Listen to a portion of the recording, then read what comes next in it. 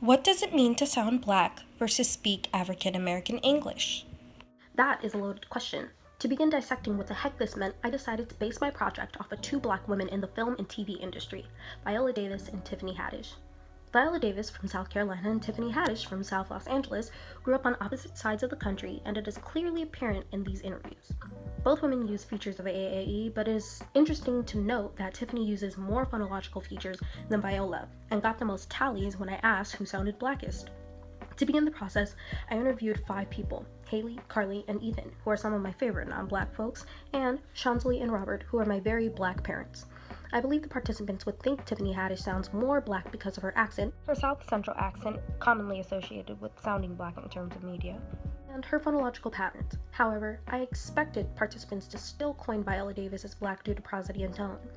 I chose these folks because I knew Haley, Carly, and Ethan would most likely not know who these people were on the spot, but I knew my parents would know these people from the first syllable they spoke. I provided them with audio only and asked them who sounded more Black and why, and does the person you did not pick sound Black at all, and why? I believed it was effective to ask my participants these follow-up questions because I wanted to see if their perception of Blackness went deeper than the way media portrays Black sounds. In Spoken Soul by John and Russell Rickford, it states many middle-class readers of all colors got the impression, though, that the dialect was restricted to the streets, and to the mean streets at that. I knew that, to some degree, many people believe this, but I wanted to see if people who are not surrounded by Black culture, and also people who are constantly surrounded by it as well, could see past these negative implications if they heard AAE being spoken in a relatively formal atmosphere. Afterwards, I debriefed on the goal of the investigation. As a result, Haley, Carly, Ethan, and Robert, and partially Chantilly, said that Tiffany sounded the most Black. This had to do with her phonology, eye of the public. and her prosody, like her inflection. I will see it and then he'll be like, oh, she's kind of cute. I mean, I'm not hooking up with her, but I could hook up with her.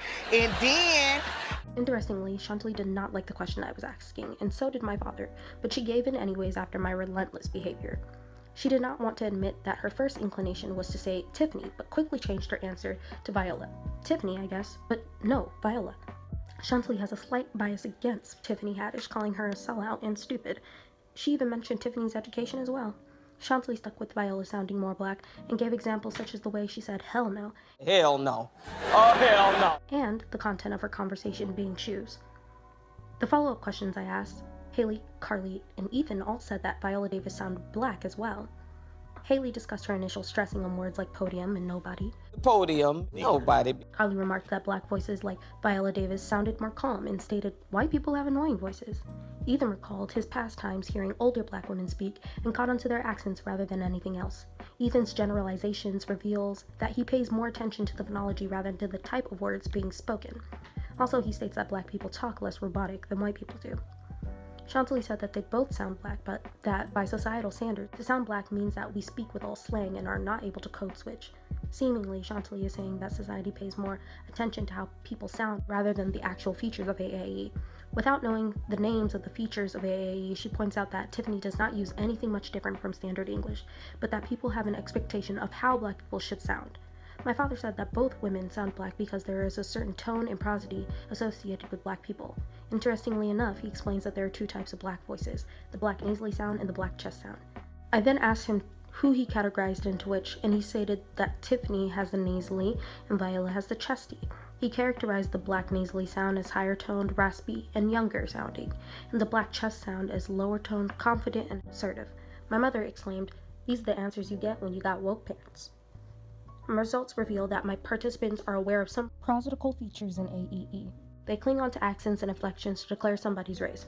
It does imply that they have preconceived ideas about Black voices because of the media or simply where they are from. All of my participants come from and live in California, so because Viola Davis is from South Carolina, it might be more difficult to recognize Black accents from other parts of the country.